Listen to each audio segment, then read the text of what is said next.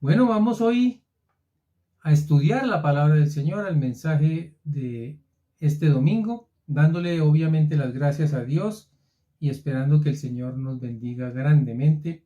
Hoy predicamos la palabra del Señor bajo un título muy corto pero extremadamente poderoso: la sangre. Biológicamente, la palabra sangre viene del latín sanguis y significa suave, ya que tenía esta textura al tocarla. La sangre al tocarla era muy suave y definieron darle esta palabra sanguis, y de ahí obviamente viene la palabra sangre. ¿Qué es biológicamente la sangre? Es un tejido.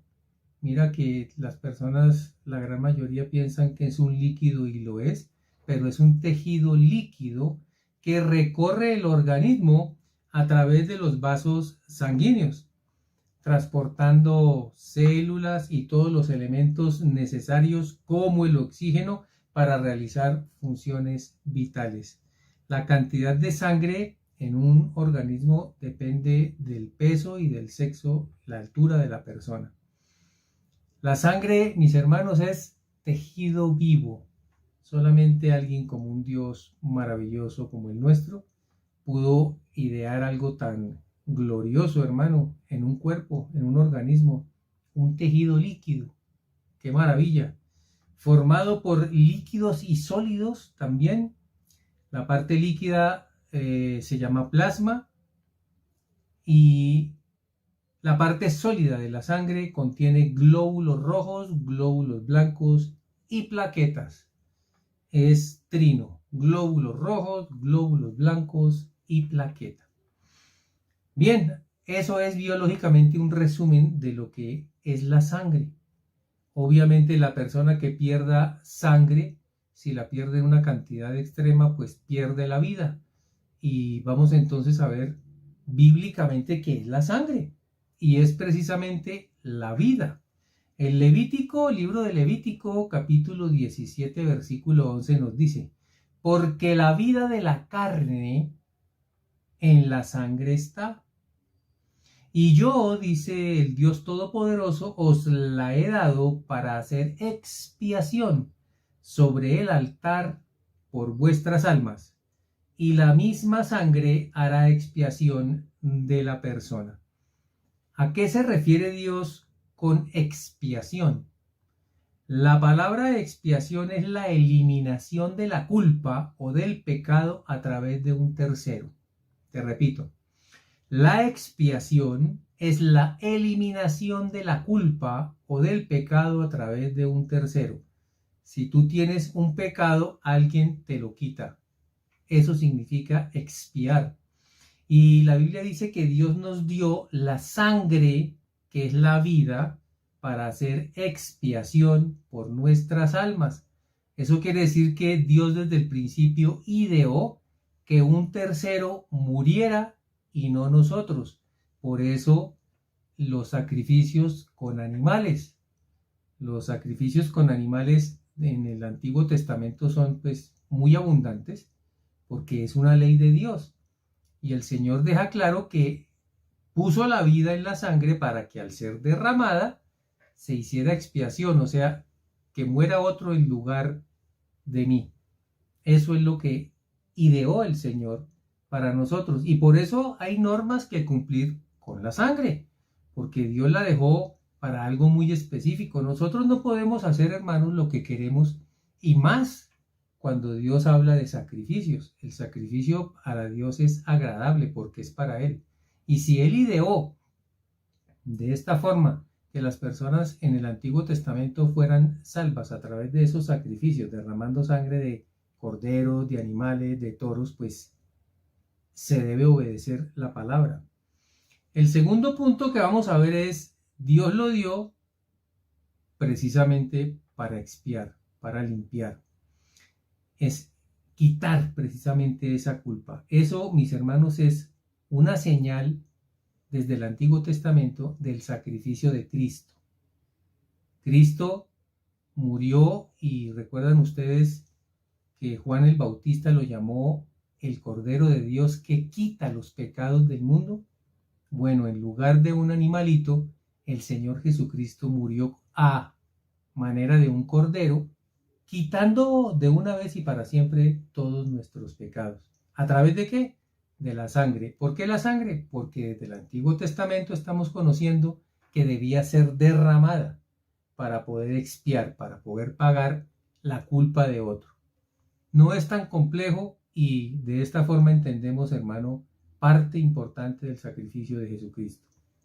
La sangre tiene que ser derramada para redimir. Escucha esto. La sangre tiene que ser derramada para redimir. Es un requisito que no se puede cambiar. Hebreos 9:22 nos dice, y casi todo es purificado según la ley. Mira, esto es según la ley. Con sangre. Y sin derramamiento de sangre no se hace remisión. Remisión es lo mismo que expiación, quitar la culpa de otra persona. Debía derramarse la sangre y por eso tú ves muchos sacrificios en el Antiguo Testamento donde el sacerdote metía los dedos en un lebrillo, que es como una especie de vasija que tenían ellos especial para mojar sus dedos y esparcir, salpicar, rociar la sangre en los lugares que él debía hacerlo. ¿Por qué eso? Eso significaba la vida, la vida. Cuando el sacerdote esparcía la sangre, era a manera de sacrificio entendido por Dios que se había hecho algo como Dios lo dijo.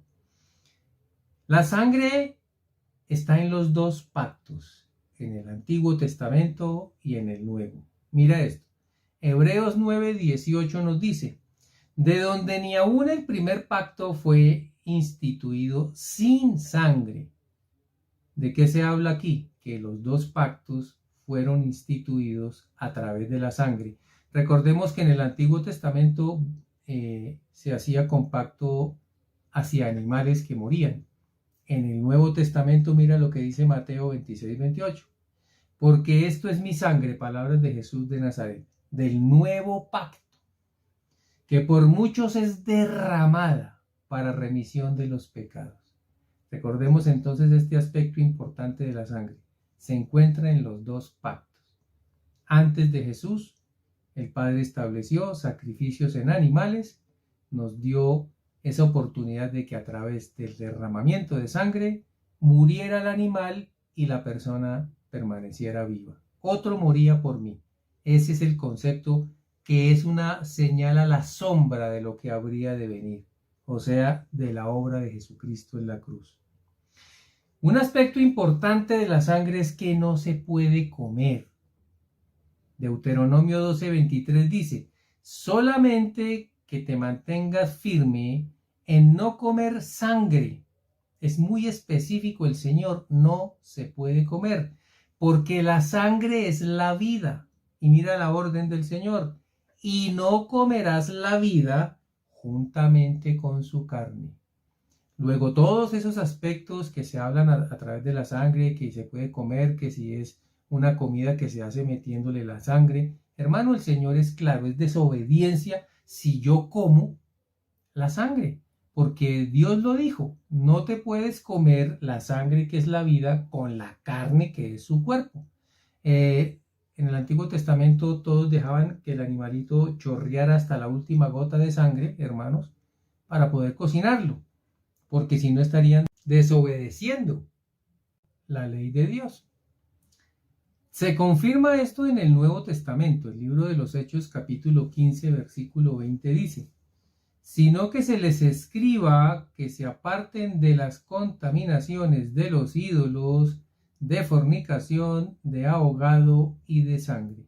Lo que quedó en el Nuevo Testamento claro que no podemos hacer los creyentes nuevos es que nos apartemos de los ídolos. Es lógico, mis hermanos, nosotros no podemos tener ídolos. No podemos fornicar y no podemos comer de un animal ahogado, porque el animal ahogado tiene la sangre por dentro, ni de sangre. De manera que en cuanto a nuestro tema de hoy, que es la sangre, no se puede comer, recuérdalo. Hay una secta que es la de los testigos de Jehová que dicen que no se hacen transfusión debido a esto. Están equivocados. La transfusión es darle vida a otra persona. Lo que no se puede es comer, pero en ningún caso se advirtió en la Biblia que no se podía transfundir, de manera que es un error de interpretación. Bien, el punto número 6 nos dice, todos venimos de la misma sangre. Hablando de la sangre, mis hermanos, tengo una mala noticia para aquellos que creen que tienen sangre azul. La verdad es que no existe la sangre azul, ni hay personas que sean mejores que otros. Dice Hechos 17:26, y de una sangre ha hecho todo el linaje de los hombres, para que habiten sobre toda la faz de la tierra, y les ha prefijado el orden de los tiempos y los límites de su habitación. ¿Qué hizo Dios? Nos dio un tiempo para estar en esta tierra, o sea que nadie puede decir que va a vivir un día más, porque Dios es el que lo dice. Él puso orden en nuestros tiempos y el límite en la habitación, pero dejó claro que de una sola sangre hizo todo el linaje de los hombres. De manera que aquellos que dicen que son de raza aria y que la raza aria es mejor que cualquier raza, con eso ustedes saben cuántos judíos murieron, esas persecuciones, que si es moreno, que si es amarillo, hermanos, todos venimos de la misma sangre. Algo bien interesante de la sangre, no es posible que hayan dos, Dios hizo una.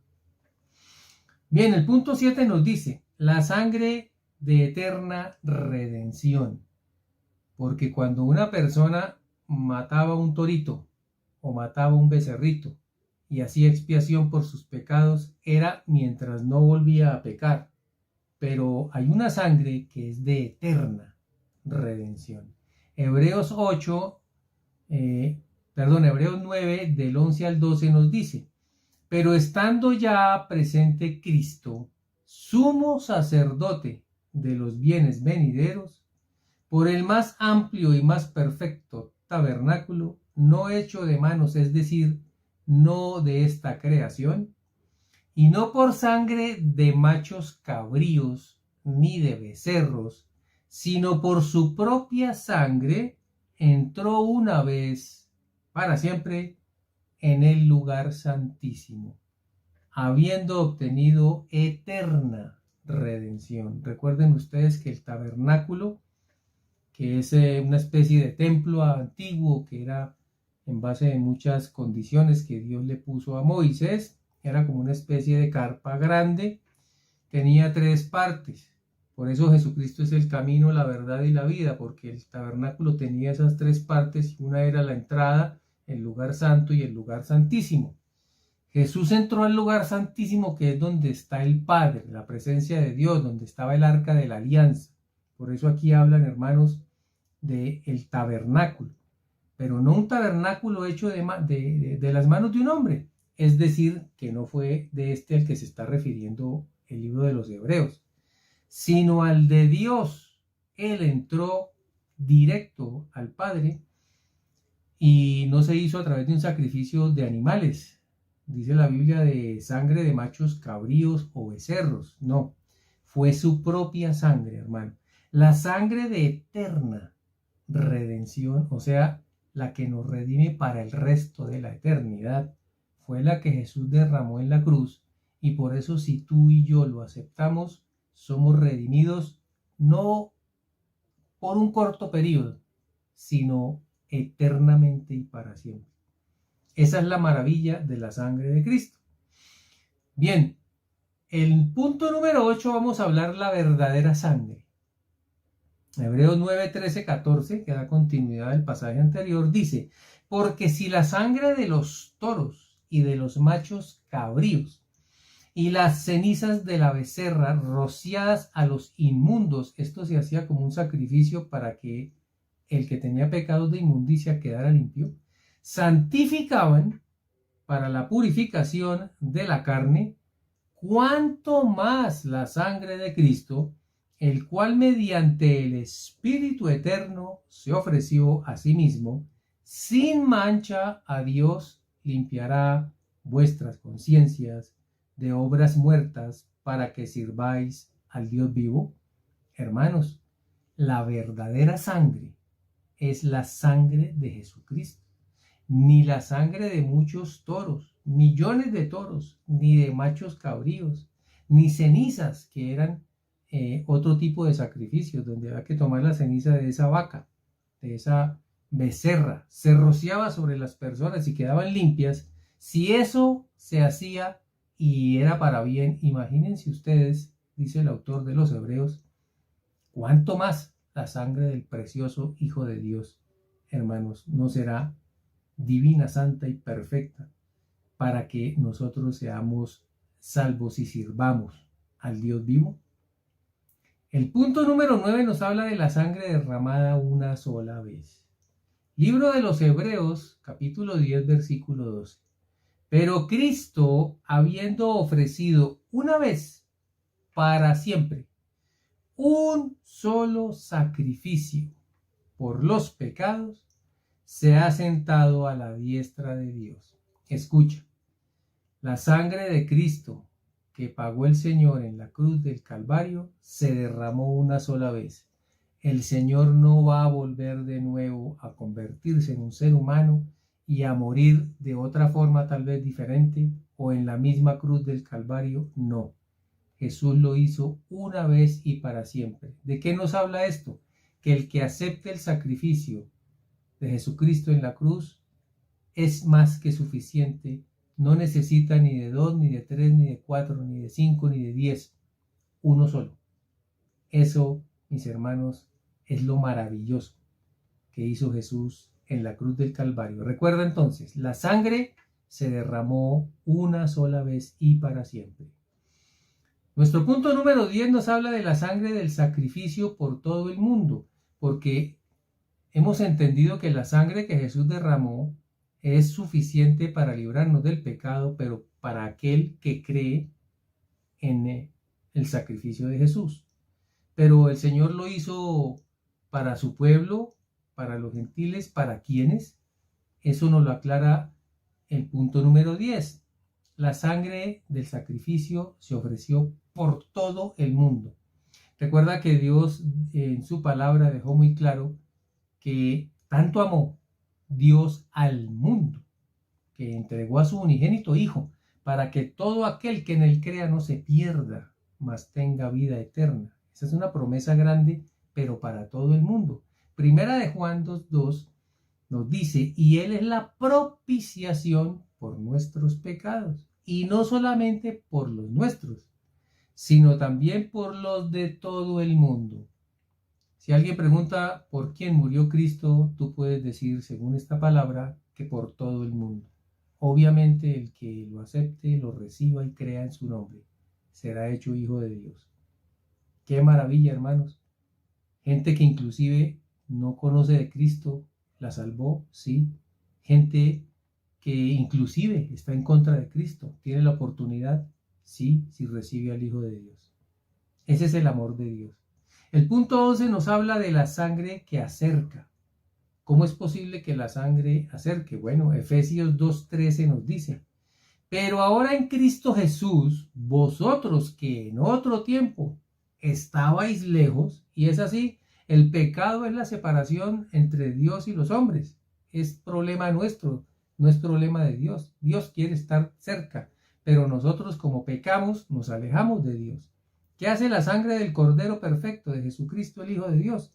Dice esto, en otro tiempo estábamos lejos, habéis sido hechos cercanos por la sangre de Cristo. Una de las maravillas que hizo Jesús al morir y derramar sangre limpiando el pecado es que nos acercó a Dios. Por eso Él dice, yo soy el camino, la verdad y la vida. Nadie llega al Padre sino por mí, porque Él acerca a través de su sangre. Él es el mediador de ese nuevo pacto. Sangre preciosa y perfecta que nos llevó de nuevo a Dios, del cual estábamos separados. El punto número 12 nos habla de que la sangre es una señal. Éxodo 12:13 nos dice, la sangre, dice el Padre, les servirá para que ustedes señalen las casas donde se encuentren. Y así, cuando yo hiera de muerte a los egipcios, ninguno de ustedes morirá, pues veré la sangre y pasaré de largo. Nos estamos, hermano, acercando a algo maravilloso que Dios hizo cuando su pueblo, el pueblo de Israel, salió de Egipto. Y es la Pascua. Alguien puede decir, pero eso era para los judíos, no es para nosotros. Hermanos, Jesucristo es nuestra Pascua. La Biblia dice que ya no es por la sangre de los toros ni de los becerros. Ahora nosotros tenemos un cordero que es perfecto. Jesús, el Hijo de Dios, es mi Pascua y es tu Pascua si tú crees en Él. Puedes decirle en oración al Espíritu Santo que aplique la sangre del cordero en dinteles y estacas, comparando con lo que hizo Dios con Israel. Pero ya no será la sangre de un macho cabrío ni de un animalito. La sangre poderosa de Jesucristo, mis hermanos, cubre la entrada de nuestras casas y por eso nuestras casas están protegidas. Lo dice la Biblia. Cree que Jesucristo es tu Pascua y aplica la sangre del Cordero como el Señor nos lo enseñó en el Antiguo Testamento. El punto 13 nos dice, la sangre que salva de la ira de Dios. Y esto sí es más tremendo, porque estamos hablando del juicio de Dios contra las naciones. Romanos 5:9, voy a leerte la versión de las Américas, la Biblia de las Américas. Entonces mucho más, habiendo sido ahora justificados por su sangre, seremos salvos de la ira de Dios por medio de él. Algo glorioso, hermanos, de aquel que es rociado con la sangre de Cristo como señal de que somos de él, le pertenecemos a él porque él pagó por nosotros para que no fuéramos más pecadores, sino hijos de Dios. Algo maravilloso es que la ira de Dios no está sobre aquel que está rociado por la sangre de Jesucristo. Estamos justificados. Él nos limpia. Por lo que hizo Él, recuerda, no por lo que podamos hacer nosotros. El punto 14 nos dice la sangre de poder sobre Satanás. Si hay algo que Satanás no aguanta, hermanos, es el poder de la sangre de Cristo. ¿Por qué? Escucha Colosenses 1, 13, 14. El cual nos ha librado de la potestad de las tinieblas y trasladado al reino de su amado Hijo. Cuando Jesús muere, paga con sangre, tú lo recibes, te trasladas de ese reino de Satanás al reino de Jesucristo y mira lo que dice el versículo 14, en quien tenemos redención por su sangre, el perdón de pecados. Es la sangre del Cordero la que nos perdona los pecados. Pagó el Señor y Satanás no puede tocarte. Por eso si tú invocas al Señor en una administración, en una liberación y dices la sangre de Cristo tiene poder, el diablo queda quieto, no te puede tocar, porque la sangre de Cristo te redime del pecado. Y Él obedece, hermanos. Al recibir perdón por esa sangre, el diablo no tiene poder, no puede atacar a un redimido. Colosenses 2, 13, 14 nos dice, y a vosotros estando muertos en pecados y en la circuncisión de vuestra carne, os dio vida juntamente con Él, perdonándonos todos los pecados. Anulando el acta de decretos. Mira, Satanás tiene como un talonario. Vamos, para poder entender, hacer esa comparación. Como tiene un policía de tránsito, digamos que los formularios de los partes. Cuando alguien comete un error, una infracción, se hace un parte y se le entrega la boleta. Eso espiritualmente se llama acta de decretos. ¿Quién anuló el acta de los decretos, de esa cantidad de boletas y de partes que nos hizo el diablo? El Señor anuló el acta de los decretos que había contra nosotros, que nos era contraria, quitándola de en medio y clavándola en la cruz. O sea que se llenó de sangre. Todas las boletas, hermanos, llamadas actos de decretos, se perdieron, se destruyeron cuando Jesús murió en la cruz. El acusador no tiene ahora nada con qué acusarnos. Él se llama el acusador y ya no tiene con qué acusarnos si le pertenecemos a Cristo. Recordemos, hermanos, que el poder del diablo radica solo en la ley. A él le fascina la ley porque la ley no la cumple nadie. Y como no la cumple nadie, él puede acusar a todo el que quiera. Pero ya redimidos por la sangre, no tiene poder para ir contra nadie. Por eso está bravo, dice por allá el Apocalipsis, hermanos. Sabe que le queda poco tiempo. El punto 15 nos habla de la sangre de agonía. Lucas 22:44 dice: y estando en agonía oraba más intensamente, y era su sudor como grandes gotas de sangre que caían hasta la tierra. Esta es la única sangre que derramó Jesucristo, y no a través de un corte ni de una herida. El Señor, hermano, fue herido absolutamente en todo su cuerpo, en su cabeza, en su frente, con la corona de espinas, con los azotes, los látigos el látigo que le prometieron, hermanos, los hombres, los soldados. Y cuando cayó, se raspó pues su cuerpo, muchas heridas. Y por esas heridas es que somos nosotros sanados. Pero hay una sangre que el Señor derramó no con una herida, sino en agonía, a través del sudor. Algo muy fuerte, algo demasiado terrible, hermano. La llamamos nosotros la sangre de la agonía. ¿Por qué derramó Jesús esa sangre en un estado realmente terrible? La agonía es el último suspiro que tiene una persona antes de morir. Luego, esa sangre también nos libra a nosotros del estrés, la agonía, de ese estado, hermano, donde la gente ya no tiene ninguna esperanza. El punto 16 nos habla de la sangre de la reconciliación y de la paz. Recuerda que no solamente el Señor trajo perdón, sino reconciliación. También, amén, hermano. Mire, Colosenses 1:20. Por medio de él, de su sangre, reconcilió todas las cosas, así las que están en la tierra como las que están en los cielos, haciendo la paz mediante la sangre de su cruz. Si tú crees en Jesucristo y oras aplicando este versículo, el Señor pagó para que tú te reconcilies con las personas, con tu esposa, con tus amigos, con tu familia. Cree que Jesús pagó y que reconcilió todas las cosas.